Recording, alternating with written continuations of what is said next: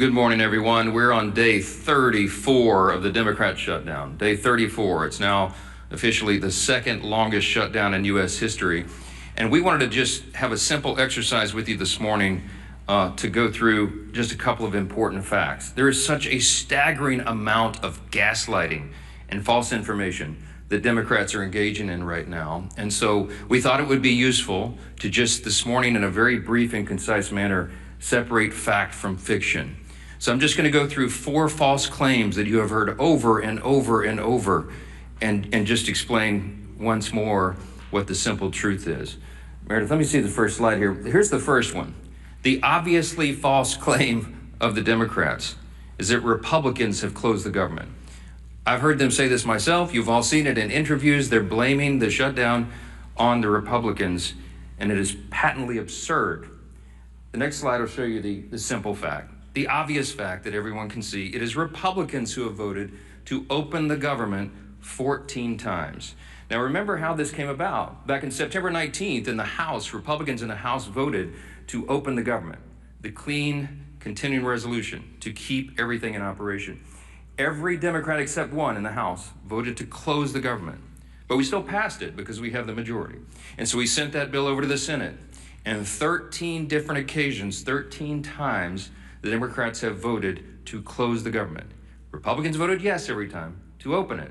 Republicans in the Senate and the House voted to keep the lights on, to pay service members and our troops who are in harm's way, Border Patrol agents, TSA, air traffic controllers, all federal workers. They voted to ensure that women, infants, and children nutrition programs continue and that SNAP benefits continue to go to the American families who are in need. But by contrast, the Democrats have voted no every single time. And what is outrageous to us is that they have gone onto the Senate floor. Senate Democrats, they have voted no. They have voted to close the government. And then they have gone out into the hall to the nearest camera they can find. And they have looked into the lens and said, Republicans are shutting down the government. It makes no sense. It's the most extreme example of gaslighting in the history of American politics.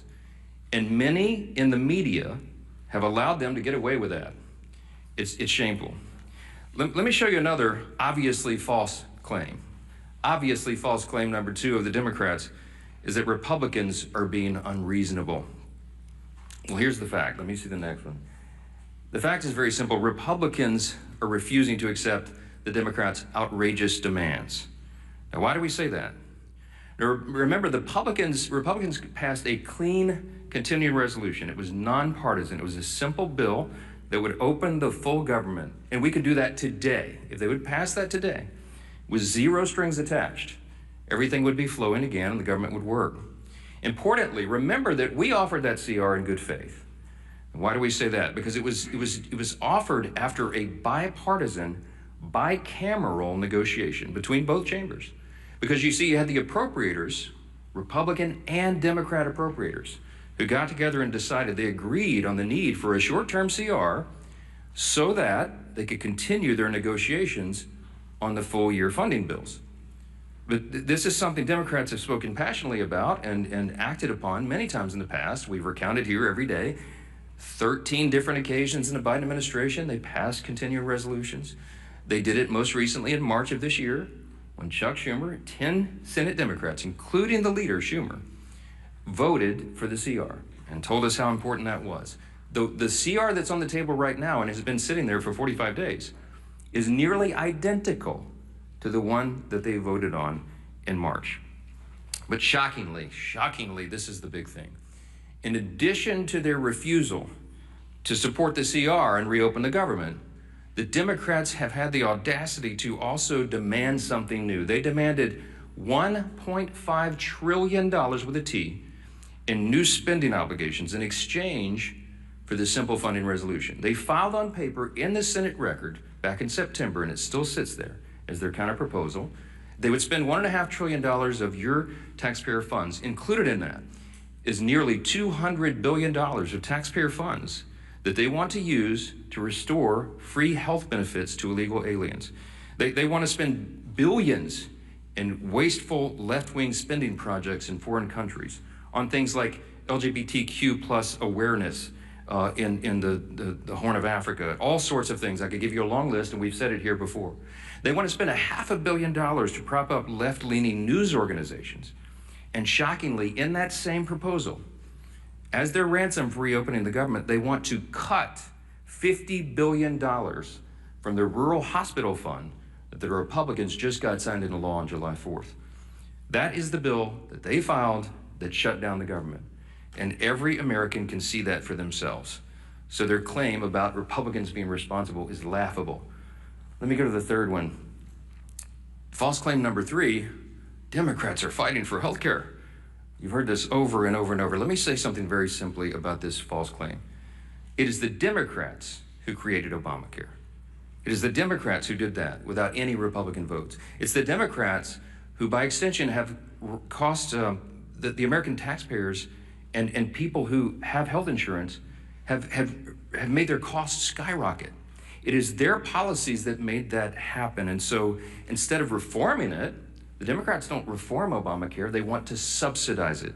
They want to spend more taxpayer dollars. That, by the way, goes mostly to insurance companies, which makes the cost rise further. That's the Democrats' plan. When they passed Obamacare in 2010, they called it the Affordable Care Act. We know the truth is exactly the opposite. By some estimates, premiums have risen 60% in many categories since they passed that bill into law. Now, the fact is the opposite. Republicans are the ones fighting to save health care. Why? It's not just talking points to us. We do this. We have ideas, and we have already implemented ideas and measures to reduce costs, increase access and quality, and eliminate fraud, waste, and abuse.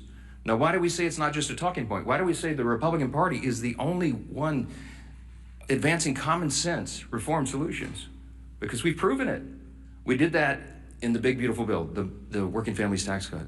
We took a look at Medicaid, and we took on that challenge. We took action to reduce fraud, waste, and abuse in Medicaid. We got able-bodied young men without dependents off the program. We got illegal aliens off the program, and we saved $185 billion just to start. We got millions of ineligible enrollees off the program, and it preserved it. It strengthened Medicaid for the people who rely upon it, which is the elderly, disabled, and young pregnant women, as we always use as an example. No, it's not about health care. That is a false claim, and everybody knows it. Everyone in America, and certainly everybody in this room, understands that this is about something else. What this is about fear. The Schumer shutdown was never about health care. That's a distraction. It's a red herring, as we say in debate club. Okay, this is about fear. And what is the fear?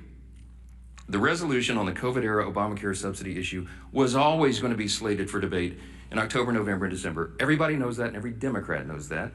It's an issue that's too complex to be solved on a short-term funding measure like a CR. They know that very well. This is about fear. Everybody in the country is watching the elections that will happen tomorrow. You got big elections in New Jersey and Virginia, the governor's races and attorney general's races, et cetera. But all the attention is focused primarily on New York City. Why? Because the fear that Mamdani and all that he represents will be risen to power, that he'll be elected the mayor of America's largest city, the once cradle of capitalism, that we're going to have a Marxist, a communist running the largest city. Now this terrifies the establishment old guard Democrats in Washington. And the leaders of both chambers are among those most terrified. They're both from New York. Leader Hakeem Jeffries is the Democrat in the House, and Leader Schumer in the Senate. They're both from New York, and they're terrified. You've watched their actions carefully. Many of you have not reported on it enough. Poor Hakeem Jeffries had to finally, he was forced to endorse Mamdani. And he's terrified that he now owns the results of that. Chuck Schumer's been dancing around the issue, but he knows he's darned if he does, darned if he doesn't. They're both terrified, and so that is the fear. This is a fact, and you should print it this way. The Schumer and Jeffries and their colleagues fear political retribution from the far-left activists in their party more than they fear the consequences of keeping the government closed for weeks on end. They fear that personally for their own political future, and they care more about that than they care about SNAP benefits flowing to hungry families, about air traffic controllers being paid so they can keep the skies safe Border Patrol troops, and all the rest. It pales in comparison, and this is a simple summary that is a simple fact. It is extremism on the left that is the direct cause of American suffering right now.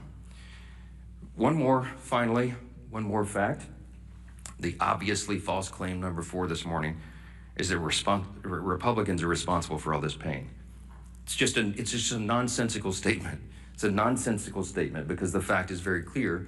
This is about math. Republicans need at least 7 Democrats to join us. We only have 53 Republicans in the Senate. It takes 60 votes to reopen the government in the Senate. The House did its job September 19th. We're waiting on the Senate to get this done. Leader John Thune and the Republicans have bent over backwards. They've done everything they can. You saw his frustration and his anger boil up on the floor at the end of last week. A normally calm, pretty steady leader, very steady leader. We're all angry about this because we're sick of what they're doing. They're using the American people as pawns, as leverage, and that is the word that so many of them have used. We could name senator after senator, House member after House member, from the leadership ranks all the way down to rank and file on the Democrat side. They have admitted openly they're using the American people as leverage in this political game. They're motivated out of fear. They want to show a fight to the radical left so they don't lose their political seats, and they're willing to make the American people suffer for it. That is the fact. This is about math. Republicans have to have at least 7 Democrats. We need 5 more. 5 more moderate, centrist, common sense people who care more about the constituents they serve and the country that they supposedly serve than their own political futures and the retribution they'll receive from the Marxist, Mandami, communist left in the party if they do the right thing here. I wish these weren't the facts. I take no pleasure in telling you this. It is disgusting to us, but there's no other way to candy coat this, to make it any prettier than it is. So we're now entering the 5th week of this Democrat shutdown, and it's for one reason. Democrats made a deliberate choice to keep the government closed. The shutdown will only end when those same Democrats make a deliberate choice to open it. The entire country is calling and waiting on just 5 more Senate Democrats to come to their senses and do the right thing. We are pleading with them to do so. This is not a game. The solution is sitting right in front of them. Pass the clean CR, end this madness, and open the government. You'll hear next from our majority leader in the House, Representative Steve Scalise. Thank you, Mr. Speaker. As the Democrats continue to impose suffering on the American people, and by the way, that's their term, they've continued to talk about real suffering that they know they're causing. Again, they say to get leverage over what they still can't articulate. But as Democrats continue to impose this suffering, their attempts to mislead the American people are working overtime. The Speaker laid out a number of those statements that Democrats have made over and over again to try to mislead the American people. And it doesn't just end there.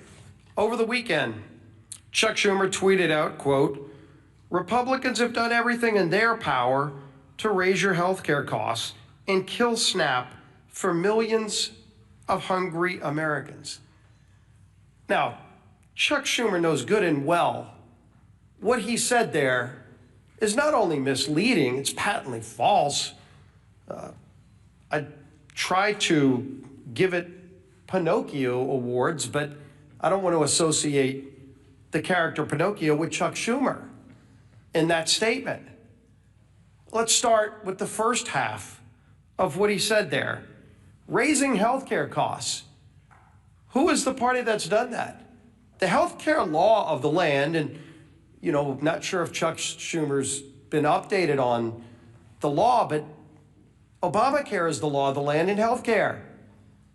And we can all go look at the votes going back the last 10 years. It's been partisan votes all the way through for Obamacare. They called it, as the Speaker said, they named it the Affordable Care Act. It's been anything but. Costs for families are up over 80% in their premiums because of Obamacare. And what have they tried to do over and over again? They've tried to mask the cost. They haven't tried to work with Republicans to fix it. They've tried to mask the cost. Hundreds of billions of dollars of bailouts to insurance companies. not helping families get better options. Democrats have never cared about that. And in fact, when we, as we pointed out multiple times, passed provisions in the working families tax cuts, the cost share reductions, that were scored by CBO to lower premiums by double digits for families. It passed the House, and it was Democrats who worked overtime to get that removed in the Senate. They are still bragging about it today on the Democrat Budget Committee's website, that they removed a provision that would have lowered premiums for families. So who is it that's raising costs for families? Of course, it's been Democrats every step of the way, and the only thing scored by CBO to reduce premiums on families that have passed either house, the Democrats worked overtime to get that removed. The other half of that, he talks about SNAP. And of course, we know there have been votes in the House and Senate to save the SNAP program from cuts, from being zeroed out. It's called the Clean CR. Passed the House with Republican-only votes primarily, with Democrats uniting to try to kill it, but luckily we have the majority in the House, and you go over to the Senate, and we know they have a 60-vote requirement, and Democrats have over and over and over again voted in lockstep with Chuck Schumer to block SNAP benefits. There is a vote you can go look at every day that they've taken that vote that would have opened the government, fully funded SNAP, or shut it down. And it's Republicans who are voting yes, and it's Democrats who are voting no. And Chuck Schumer's been leading that charge. And then he votes no to kill the SNAP program, to create tremendous uncertainty, to create millions of hungry Americans, to use his own word. Chuck Schumer has voted to put those millions of hungry Americans in that situation. And then he walks out to the microphone, as the speaker said, and then he tries to blame it on somebody else. People are sick and tired of it. We're surely sick and tired of it, but the American people are suffering, to use the Democrats' term, while those same Democrats that impose the suffering are going out and trying to mislead and lie to the American people and blame somebody else for the very votes they cast. It is votes in Congress that have caused a government shutdown. That's why we're here. You either vote yes to open the government or you vote no to keep it shut down. And the votes are public record. And the same people that are voting to shut down the government, to deny food to families, are then walking out and trying to lie to the American people and blame somebody else for their actions. The American people won't have it. The American people will not be lied to. And it's time that Chuck Schumer and his Democrat colleagues end this madness. Let's open the government back up again and get to a negotiation on the differences we have. Our whip, Tom Emmer.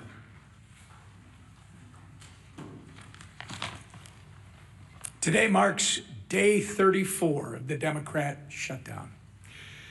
Here are some headlines from over the weekend highlighting the pain the Democrats are inflicting on the American people each day that they prolong this mess. Quote, government workers, SNAP recipients feel the pain as the government shutdown drags on. Quote, staffing shortages mire air travel as shutdown stretches on. Quote, government shutdown threatens to delay home heating aid for millions of low-income families. And that's just to name a few. Democrats have now voted against opening the government 14 times. That's 14 times that they voted against our military. That's 14 times that they have voted against federal law enforcement officers, air traffic controllers, and TSA agents. 14 times they have voted against low-income Americans who rely on programs like SNAP and WIC. Why? Not because they actually care about lowering the cost of health care like they claim. Just look at the 68-page counterproposal they filed in the Senate. Only 1.5 pages reference health care. The other 66 outline their radical policy priorities like billions of dollars of for foreign climate projects or $500 million to prop up leftist media outlets. The fact of the matter is that the Democratic Party is not fighting for you, the American public. They've shut the government down to pick a fight with President Trump and to score points with Kami Mandami and Omar Fada, the Omar Fada wing of their party. The Democrats have become kamikaze politicians who are so focused on winning some kind of political game that they've justified blowing up everything in their wake, including the livelihoods of their own constituents. Democrat Senator John Fetterman said it best on CNN yesterday, quote, "We are hurting the very people that we fight for, and now we're getting nothing for them if we continue to keep our government shut down." Quote, "This is wrong," he went on to say, and he's exactly right. It's past time for Democrats to end the political games, pass our clean CR, and reopen the government for the people they were elected to serve. Back to the Speaker. Questions? Manu, you get it first every time. This is not fair. Last week, you came here to these mics, and you were very critical of Joe Biden's use of the auto pen, his pardons. You said you didn't even know who he was pardoning. But last night on 60 Minutes, President Trump, admitted to not knowing he pardoned a crypto billionaire who pleaded guilty to money laundering. Does that also concern you? I don't know anything about that. I didn't see the interview. You have to ask the president about that. I'm not sure. Yes, ma'am. Last week on Friday, you said that if there's any way to fund SNAP, that the Trump administration would be happy to do it. Now, two judges have come out saying that it is likely illegal to stop SNAP payments. One is giving the Trump administration until today to make a decision on how to move forward. What have you told President Trump about how you want him to move forward? Well, he and I talked about this quite a bit over the weekend, multiple times. The president is desperate for SNAP benefits to flow to the American citizens who desperately rely upon it. He has bent over backwards, as you know, to get the troops paid, to keep WIC funding going. He's found creative solutions. The SNAP situation, as Secretary Rollins and I explained at the press conference on Friday, has legal impediments to that. It was understood, and we got legal advice, and it made sense to me that the contingency fund and SNAP could not be used unless the underlying funds were flowing. As Secretary Rollins relayed to you, this is pretty commonsensical. The contingency fund is an extra, in layman's terms, it's an extra fund that is there, for example, if you have an unexpected natural occurrence like a hurricane or something, and SNAP benefits are flowing, but you have a subset of the population that needs additional benefits, then the contingency fund would go. The way we always understood it was the contingency fund could not be used legally if the underlying fund was suspended. And that's what's happened in the CR. The Democrats voted to stop SNAP payments. So you have two courts, two liberal courts, Obama judges, as I understand it, who said, no, that's not right, get them paid. Well, it's more complicated than that. Because as you know, it costs over $9 billion to fund SNAP for a month. And we only have, I think it's $5.2 billion in the contingency fund. So you have a big shortfall. So it's not as easy as hitting go send on a computer. You got to go through and recalculate partial payments to the 42 million recipients of the program. That puts a huge burden on states and on the feds to try to figure that out in short order. So what the president said logically was, okay, Your Honor, if you're saying we can do it, I'll go for that, because I want SNAP to go to the people. It's the Democrats that stopped it, not us. So tell me how to do it. Because I have all my personnel here in the office, the legal minds and the number crunchers, and they're trying to figure out how this can be done. Give us some guidance. We're glad to do it. So that's where we are at this impasse right now. As you noted, the president's not appealing the decision. He wants SNAP to be done, but he doesn't see the mechanism to do it. So you have Treasury, you have USDA, you have the other agencies involved that are working overtime, literally around the clock over the weekend, trying to figure out how to do this. But everybody needs to know it's not the full amount, assuming they could get this done and processed. The court acknowledged that thanks to the president for saying that they wanted to do it. Everybody's on the same page here. We just don't know how. It's unprecedented. This has never happened before. In this way. And so we're hopeful. But I would just say this, looping us back to how we began, the easiest way to get full SNAP payments to everybody who's eligible is for the Democrats to come in here and vote to reopen the government on a clean, nonpartisan CR. It's a game that's being played and real people are being hurt, and the administration gets all sorts of accolades and appreciation from us for bending over backwards trying to make sure people are not feeling the pain and that the harm is mitigated as much as possible. Yes, sir.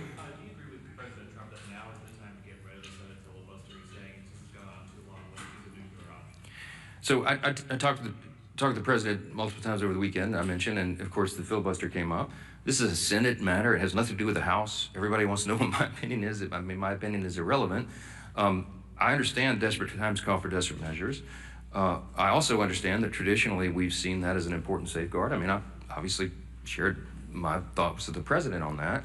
As much as I have wanted to blow up the filibuster sometime as a House member when we were not getting what we wanted done in our agenda, I hear my Senate Republican colleagues, some of the most conservative people in Congress, who say it's an important safeguard. It prevents us. It holds us back from the Democrats' worst impulses. What would the Democrats do if they had no filibuster impediment, no speed bump at all? They've already told us. They would pack the Supreme Court. You'd go from 9 to 13 or 15 or 17 or however many liberals they can pack on the court.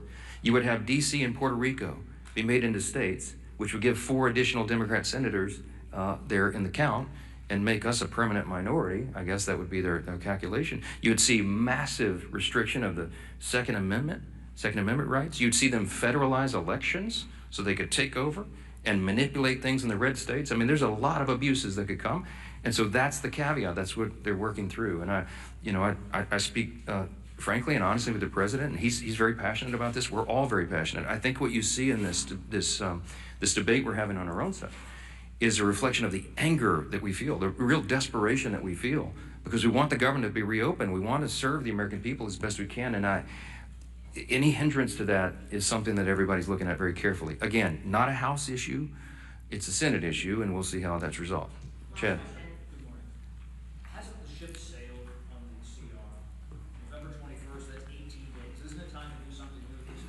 We're very mindful of the calendar. We're very frustrated by that. It's part of the reason we're so angry about this, because they're eating up the clock, and the Democrats know how much more we have to do here this year. But we cannot do it if the government's not opened and not serving the people. And so this is a very important matter. It's something that we're giving all of our attention to. Our leaders will go and meet on the calendar right now. We watch it every day.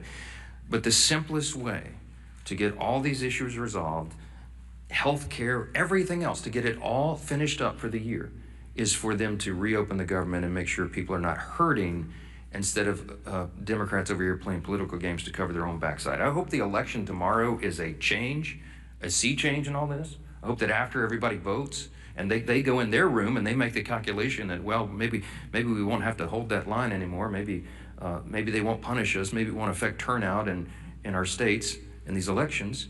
Maybe after tomorrow, they'll come to their common senses again and do the right thing. We certainly pray that is true, and Republicans will be on the job every single day, serving our constituents, helping guide them through the chaos that the Democrat shutdown has created, and praying that they do the right thing and stop making the American people suffer because of this nonsense. Thank you.